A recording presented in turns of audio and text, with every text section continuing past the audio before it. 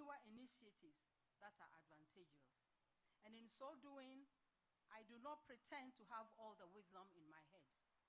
All I want to do is to put these as proposals to which we can all contribute and debate and find the way forward. I have 6 short areas. 1, promoting gender inclusiveness in the formal economy. Today, much of our economy remains informal or outside the view of public sector. This makes public policy and revenue generation difficult, as we know. A factor that has received less attention is that the informal economy in Ghana tends to be dominated by women, as in the case in many African countries. Given that we have a mostly female informal economy, any attempt to reform it and sustainably integrate the informal economy into a formal one will require a more balanced gender perspective that emphasizes and understands these economic actors. 2, there is strength. The topic for 2 is promoting ethnic diversity. There is strength in diversity beyond the gender aspect. Ethnic bias or discrimination is an issue that the Nkrumah administration attempted to minimize in their day, but we still have work to do. We must harness the entire population to elevate the economy by increasing economic trust across ethnic groups that do not always trust each other. There is no research on the number of transactions that do not occur because people prefer to trade with people of the same ethnic group in Ghana, to the best of my knowledge. So this is an area worthy of investigation. However, countries that are ethnically fragmented have a lower velocity of money than what they are capable of. If people only trust others that share in their ethnicity, there will not be as many transactions. Tribalism has an economic downturn. 3, international migration policy. As the Nkrumah administration did, we will have to think more broadly at the continental level and beyond to harness a larger network for our goods and services beyond the 30 million Ghanaians. The African Continental Free Trade Area was a long-time vision of Nkrumah as part of his agenda for Africa to unite. The idea was revisited in 2012 in the Mills Mahama era and launched in 2021 in the current administration. It is a free trade area or agreement for countries to make it easier to trade and migrate across countries. This is a signatory. Ghana is a signatory, and we must be more active. Skilled Ghanaians work elsewhere. Better and more protective systems are required to ensure their welfare abroad and their responsibility at home. We must also attract the brightest and best in here too, all the while raising the levels of quality education and training, especially for our youth. The fear of foreigners was an issue in Nkrumah's day, and it's still an issue. This fear stems from the wrong assumption that the number of jobs are fixed. This needn't be the case. Investments properly examined, exemptions strategically targeted, and constantly evaluated to the benefit of our citizens, as is done everywhere, should open up the economy and create more sustainable jobs, especially for the youth. 4, digital transformation. Please don't confuse me with someone else. The growth of mobile telephony access in Ghana is important for the future of our economy. Many smartphones are almost comparable to laptops in terms of computing power. Although mobile money platforms are increasingly popular, the truth is that the applications are increasingly easy to build and may no longer require a degree in computer science. I remember our own case at the University of Cape Coast when we had all kinds of difficulty. The 3 students that stepped forward, one was in religion, one was in education, and the other was in history. And they built what we have used and we are still using. As banks in Ghana increasingly allow people to make purchases online, more Ghanaians can and should be trained to build software applications that solve the problems of Ghanaians. For details, check out the NDC's People's Manifesto on the creation of 1 million jobs. The benefit of online businesses is that they afford instant access to global markets and thus need not grow as slowly as one might if they were focused only in Ghana. In addition, this can be a vehicle that makes it easier to invite small businesses into the dance tango. There is increasing interest in investing in African businesses online, and we need to take advantage. 5, the economic impact of education. Improving access to education is important, but it is just as important to ensure that there are jobs to ensure the graduates after their training. Improving the quality and relevance of education is key to this endeavor. Read our report on the rationale for the emphasis on math and science education, strengthening technical education, and converting polytechnics to technical education, and you will understand where we are coming from. Education is not only important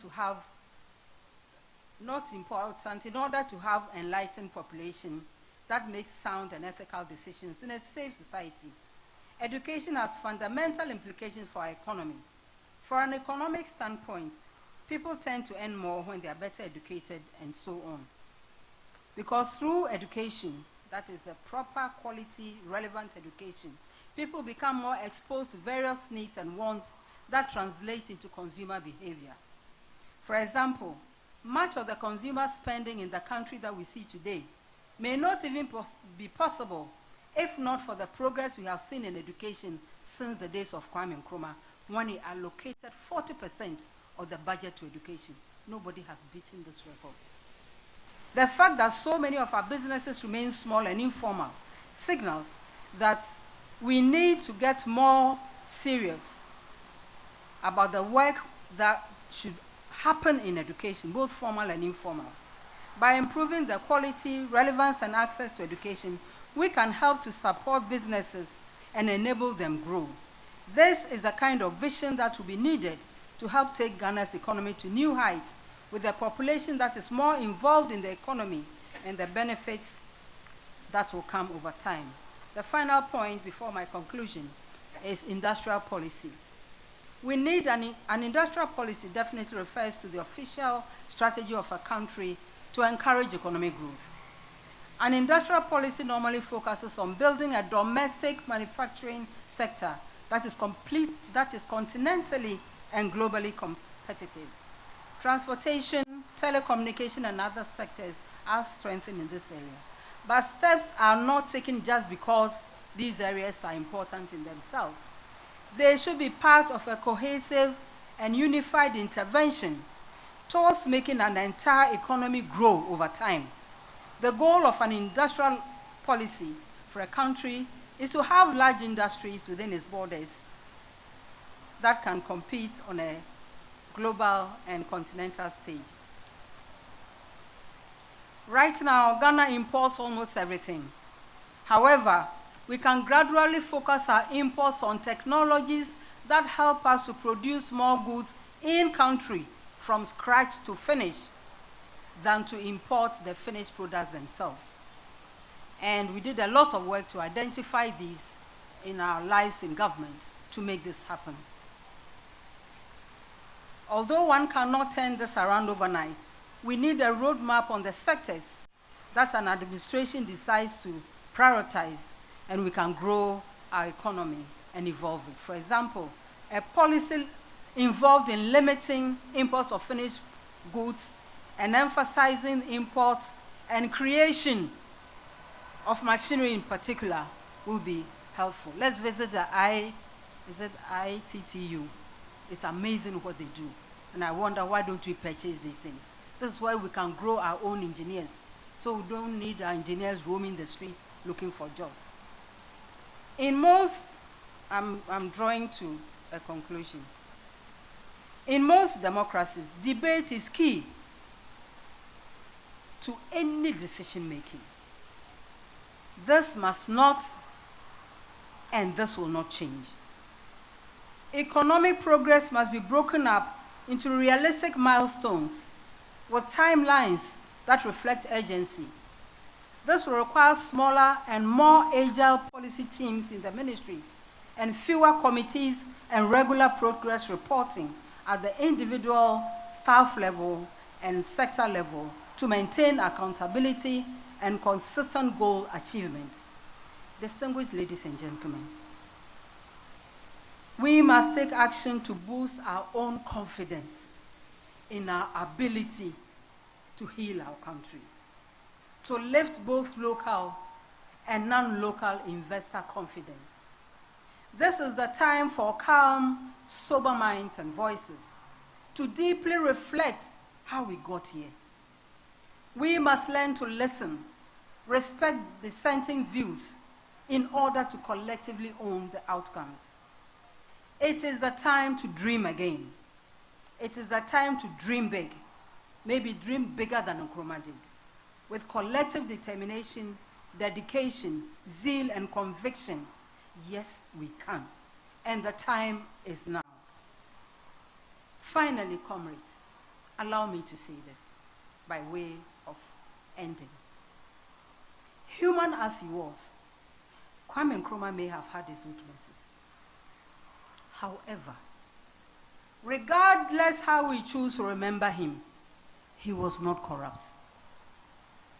He was neither arrogant nor pompous. On the contrary, despite his worldwide acclaim, he remained the simple, selfless, conscientious leader that he was. We can all learn from this. The son of Nyaneba was not born with a silver spoon in his mouth. He was not tribalistic, of the primordial, irrational kind. He respected women and invested in the youth. Osagyefo worked hard to create a nation of one people with one destiny. He instilled confidence in us as Ghanaians and as Africans. It is the quality of Osagyefo's leadership that propelled Ghana into the world stage.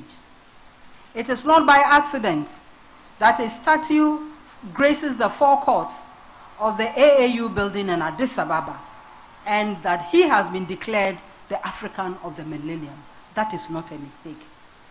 Neither is it an accident that his presence is felt in institutions, scholarship, buildings, establishments, edifices, highways in many African and non-African countries. He has earned his keep. Ghana today cries for that visionary leadership because it is an indispensable quality for the forward march that we yearn for. Finally, distinguished ladies and gentlemen, friends, family, ladies, Kwame Nkrumah never dies. Thank you very much.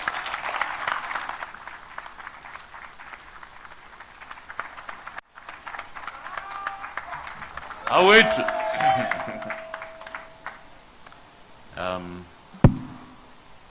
Please join me again in saying thank you to Comrade Nana.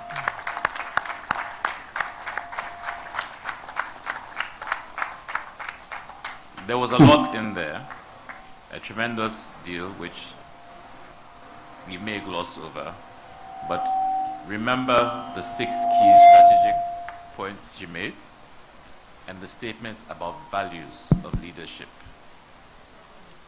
and the efforts we must make together to dream, to aspire beyond even what Osagyefo managed to do, and to confront the problems of today. Once again, thank you.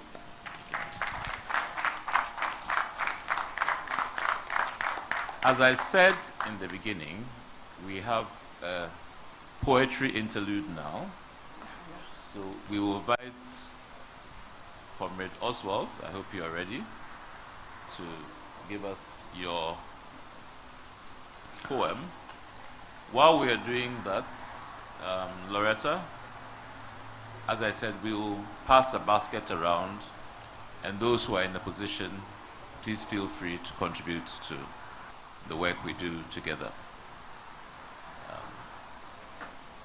Across the parapet, I hear his deeds and echoing and sounding and resounding and I see their brewed shame that took our shine that day. That day, the 24th of February, 1966. Day when the spirit back selfishness descended upon and man chose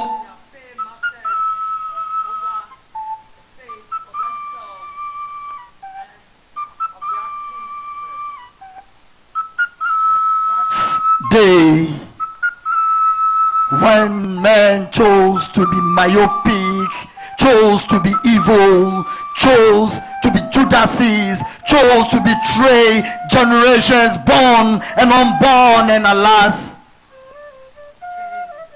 our songs brewed of joy, sorrows never ceasing, sorrows never ending. That day, a stab in the back, that day, a stab in the dark, that day when shame took our shine and spat upon the toils and blood of our long gone warriors. Oh Brumankume, oh Brumankuma Odapejane, Osne, Osne Chiniabua. That day when they chose to ridicule the long-fought warfare of our long-gone warriors for good and glorified fortune. That day, against many, and yet one. Kwame Nkrumah, Nyame Shirawo. Kwame Nkrumah, Nyame Shirawo. Eka yawa gokosa, ene yawa Ghana. Kwame Nkrumah, Nyame Shirawo. So if you ever come across those who gather against Nkrumah, tell them he died before his birth and was born soon after his death. Tell them he was made man for short life and he was made an ideology for eternal existence. If you ever come across those who gather against Nkrumah, tell them he was born once, killed several times, died once, buried thrice, and yet Nkrumah never dies. Thank you.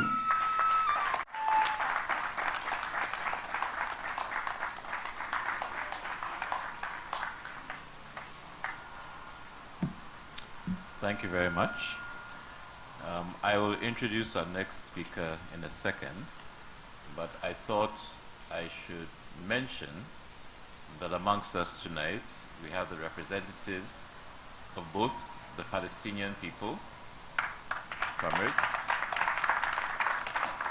and of the Sahrawi Arab Democratic Republic, amongst us. There are also quite a number of old and distinguished friends of SMG that bear mention. The difficulty is when you start, you can't stop. So I will skip that for now, and perhaps before the end of the evening, we'll say hello to some of our old and most dedicated friends. Our next speaker, again, is very well known to everybody here.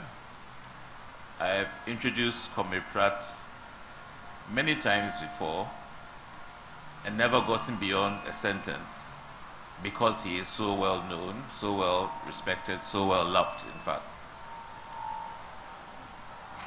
But I thought today I should perhaps say a bit about him. We all know Kwesi as polemicist. We know him as the foremost combatant in the struggle about ideas, the struggle to shape the way we understand the world around us and are able to use that understanding to transform that reality. And Kwesi is the General Secretary of the Socialist Movement of Ghana. But he also is a distinguished and, thank you, very well respected journalist. Kwesi has been in the trenches of the media at least since the late 60s and so on, and has a substantial body of work as a journalist that it is worth becoming familiar with.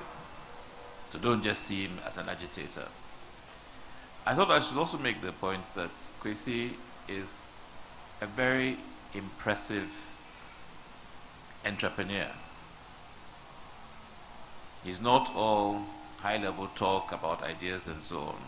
But Kwesi, over many, many years, has engaged in many, many activities that create economic value, that create work for other people, that people don't know about. He's been involved in the entertainment industry, he's been involved in the clothing industry, he's looked at food, he's done many, many things. Not just to keep his own body and soul and family together, but to actually participate in the work of economic transformation that faces our society. And I think these are things you need to know about him. Kwesi's contribution to building SMG and SFG before it is really phenomenal. He's very modest, and I'm sure he's feeling embarrassed, and I'm happy that I'm saying these things. But the truth is that the movement we have today, the networks that we have today within our country, outside of our country, the respect that our small and humble organization enjoys, and the potential that we see for ourselves as combatants on behalf of the people of Ghana is largely due to his individual effort, to the inspiration he has provided to all of us who work on a daily basis with him, to his sacrificial approach to the service of mankind. And I really, really, I'm truly humbled and proud to call him my comrade. So, if you will, please welcome Comrade Kwesi Pratt to the podium.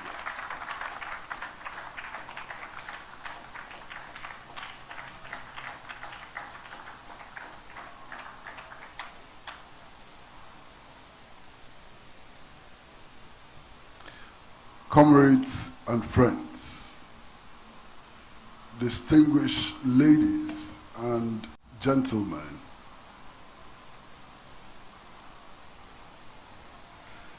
time has a way of telling stories in more graphic terms. Today, the people who justified the overthrow of Nkrumah on 24 February 1966 dare not repeat what they said then. Because if they repeat what they said then, it will be more than sufficient justification for their own overthrow.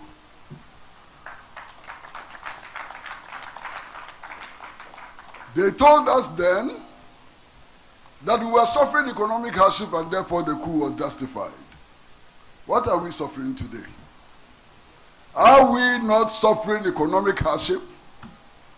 And if suffering economic hardship is justification for overthrowing government, can they dare today say the things that they said on 24 February 1966? This is what time does with all of us. And it is only time which shows how inconsistent we can be and we are some of the time. I am particularly happy today to be speaking on the same platform with such a distinguished personality as Professor Nana Jane Opoku Agyeman. And I say this not just as a matter of courtesy. I say this because I believe this very, very deeply. A couple of years ago, I got invited to the University of Cape Coast, which has started the Nkrumah Memorial Lectures. And I listened to Professor Nana Jane Opoku Agyeman. And at the end of her lecture, I said to myself that the women of Ghana are ready and ready for leadership. I was left in no doubt that the battle for the development of Ghana on the basis of self-reliance and on the basis of the principles of equality and so on had arrived then. And I knew that one day we will succeed in implementing the lofty ideas of Osagyefo Dr. Kwame Nkrumah once again. Our gathering here today is the clearest manifestation of the fact that those who staged the 1966 coup have failed and will continue to fail, and that the forces of progress, the forces of socialism and internationalism will triumph always over the forces of reaction and decadence.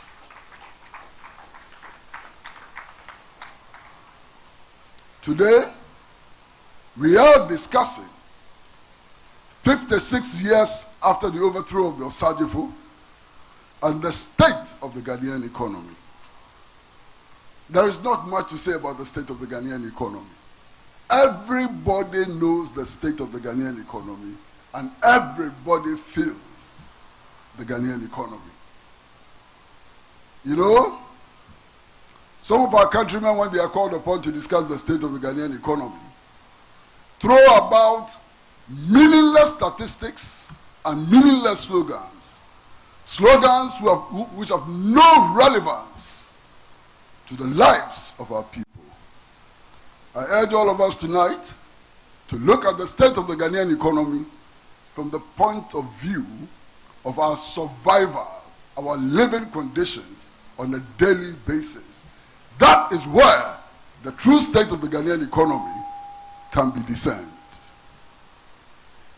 All of you know, and I need not tell you, that over the last 5 years, the price of kenkey has doubled. And you know that. The doubling of the price of kenkey is not an accident. That's a loud statement about the state of the Ghanaian economy. All of us know that over the last 5 years, the price of petroleum products have doubled.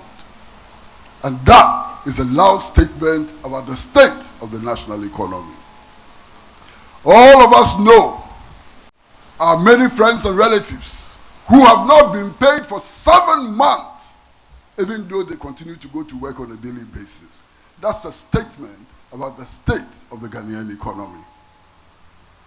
Only yesterday, the Minister of Finance made a rather interesting statement. The Minister of Finance, Honorable Kenuforiata, looked all of us in the face and said that the Ghanaian economy is in tatters. And he said that if we don't agree to pay the e-levy, Armageddon will visit us.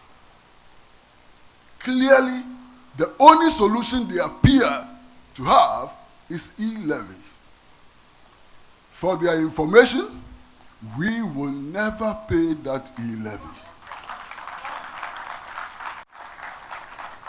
And if all they can do is to impose the e-levy on us, and they know that if they are not able to impose the e-levy on us, the economy will crash, then maybe they should start advising themselves to pack out of office, because we ain't going to pay that e-levy.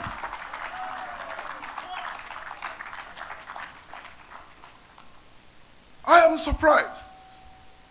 And anybody capable of applying common sense should be surprised that we live on the West African coast in a country called Ghana with 30 million people. 30 million people. We are the 5th largest producer of gold in the world. We are the largest producer of gold in Africa. We have diamond. We have manganese. We have enormous water resources.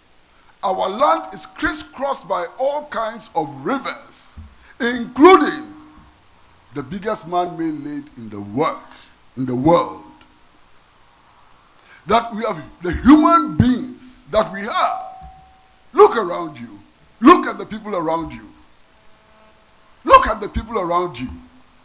And that in spite of all of this, and in spite of a rich history of struggle against oppression and economic degradation, our leaders look us in the face and they tell us that the only solution they have is the imposition of e-levy. What an insult to all of us. What an insult to all of us. Comrades and friends, there are so many things that baffle me about the Ghanaian economy. And one of the things that is most baffling is that any time we have some crisis, any time the crisis deepens, our leaders turn around and say, then we are going to the IMF and the World Bank. Is that not baffling? First and foremost, there is no country in the world which has been rescued from economic strangulation by the International Monetary Fund and the IMF. No country whatsoever. Nobody can point to one country in the world which has succeeded by following the prescriptions of the World Bank and the IMF. Now, secondly, who are those people who work in the IMF and the World Bank? Are they better than all the people we have trained in Ghana? Are the lawyers who work on the IMF and the World Bank better than Professor Akila Kwasoya, who is sitting here with us today? Are they more knowledgeable than all the economists we have produced from all of our universities? Do they understand the Ghanaian economy better than the market women in Makola and Salaga markets? Are we saying that out of 30 million Ghanaians, we cannot get the equivalent of those people in the World Bank and the International Monetary Fund? I think this frequent recourse to IMF and World Bank is an insult to the Ghanaian intellectual community. It's an insult to our capacity to think out of our problems. And governments which come to us and speak like that cannot be trusted, and we must not repose our confidence in such governments. They are useless governments. In all of our universities, in all of our institutions of higher learning, there are economics departments. What are we doing with all of the economics departments in the University of Ghana, in the University of Science and Technology, in the University of Cape Coast, in the Accra Technical University, and so on? What are we doing with the expertise in these universities? What incentives are we giving them to begin to think through our problems? What are we doing with this capacity that we have? Why are we always running outside this country for solutions when the solutions are right with us here in Ghana? And in any case, what does it take? What does it take to resolve some of these problems which confront us? Comrades, one of the problems that we have acute problems that we have is inadequate housing supply. Our people don't have access to decent houses. You know, I travel around Accra most of the time in the night. You see this very road in front of us?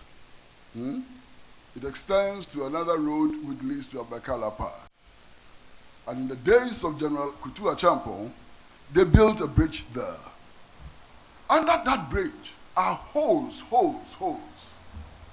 If you pass under that bridge every night, you would see that under the bridge is a residential area for a certain category of Ghanaians. That's where they sleep. Now, what does it take to solve the housing problem? We have naturally occurring cement at Otepolu, black cement. Why are we not utilizing black cement in building construction?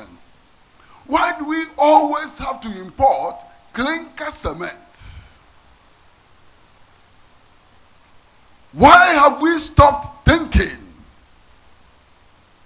Why? The Council for Scientific and Industrial Research put together our scientists and they developed what has come to be known as pozzolano cement. Why are we still dependent on clinker? Why are we building these monstrous structures which cannot be sustained? Drive around Accra. Now the craze is to build glass houses. Glass houses. At enormous expense. Everything we use in the construction of glass houses are imported. Very high cost. You build these glass houses, you cannot have natural ventilation, and you bring air conditioners, which we don't make. And the air conditioners are powered by electricity, which we have in short supply. If this is not crazy, what is crazy? If this is not madness, what is madness? Today, as we speak, every newspaper you take, every media you access is talking about unemployment. Unemployment. Now we have made it look like the creation of jobs is some magical feat that only the Professor KKKs and so on can perform. Creating jobs is not a magical feat. You create jobs by solving the problems of the population. So when you have a high level of unemployment, it simply means that you are not making efforts to solve the problems that confront your people. Finish. Why? If your people lack access to health facilities, and you build health facilities, you are going to need builders to build that health facility. That's providing employment, alright? You need a mason, you need a carpenter, you need that. Providing employment. When the structures have been finished, you need to furnish them. The process of furnishing them provides employment. You need to clean them. And if you're going to clean them, you need cleaners. That provides employment. And then you need doctors to populate those structures. That's employment. You need nurses to assist the doctors. That's employment. You need ambulance drivers. You need persons who repair the ambulances when they break down. That is employment. If you want to expand access to education, you build schools, you create structures, that is creating employment. You need teachers to run the schools, that is creating employment. The teachers may need chalk. Manufacturing chalk is creating employment. If your people need access to potable water, it creates employment. So in any society where the unemployment rate is high, you can conclude that that society and its leadership is not making a contribution to resolving the concrete problems of the population. The unemployment is there, not because we don't have money. The unemployment is there, not because our people are lazy. The unemployment is there because we are not resolving the concrete problems that confront our people. You see, we talk about Osagyefo Dr. Kwame Nkrumah and the wonderful things that he did, and he did a lot of wonderful things. He expanded access to education, he expanded access to social services, health, whatever, housing, and so on. He built massive infrastructure. The Akosombo Dam, they started the construction of the Bui Dam and so on. But I look at all of these things and I say that those were not the greatest achievements of Osagyefo Dr. Kwame Nkrumah. Those were not the greatest achievements of Osagyefo Dr. Kwame Nkrumah. The most important thing in the Nkrumah era is the thinking, the human brain power, the ideology and so on, which led to all of these wonderful developments. So today, Nkrumah has been overthrown and Nkrumah has died. But those ideas live on, and we can begin to do what Nkrumah did in the 1950s and 1960s. We can do it, we will do it, and we will succeed once again.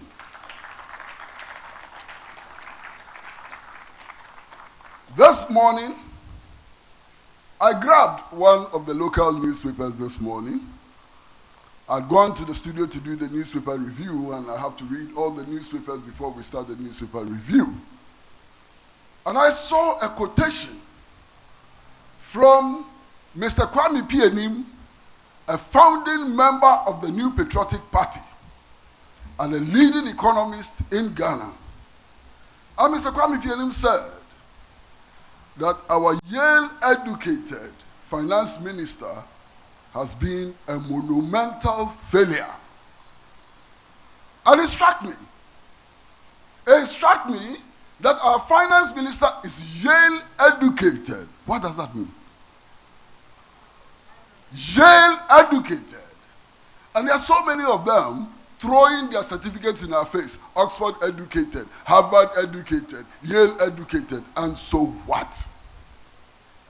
Comrades and friends, one of the most important decisions taken by any government in my lifetime was the decision taken by the Achampong government that anybody who wants to invest in the extractive sector of the Ghanaian economy, gold mining and so on, needs to have 55% participation by Ghanaians.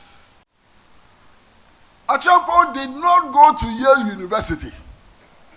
Achampong did not go to Oxford University. Achampong was not a product of Harvard University. Achampong came out of the Swedrow Business School, and he had a lot more sense.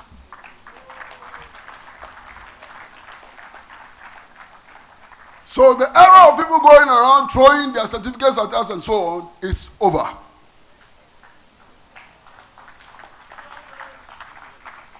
Education is important. Education is the means through which we acquire knowledge. We acquire the experiences of the past and so on.